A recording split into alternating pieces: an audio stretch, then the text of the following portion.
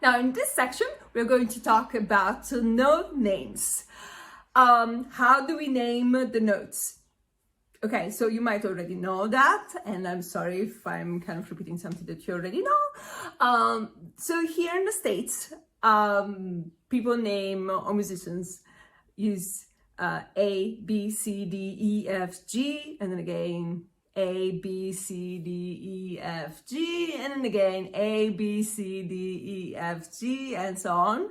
And then you can go backwards as if you would like to practice that. It is very useful. G, F, E, D, C, B, A, and then again G, F, E, D, C, B, A, and then again. So if you are, for example, in Germany, your notes are going to have a slightly different name.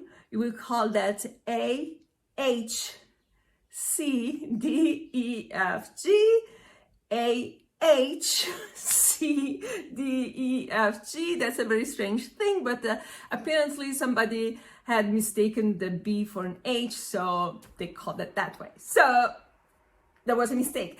If you are in countries like Italy, Spain, Russia, I think in Japan and China they use that as well. I'm not sure about that, but you will use do, re, mi, fa, sol, la, si, and then again do, re, mi, fa, sol, la, si.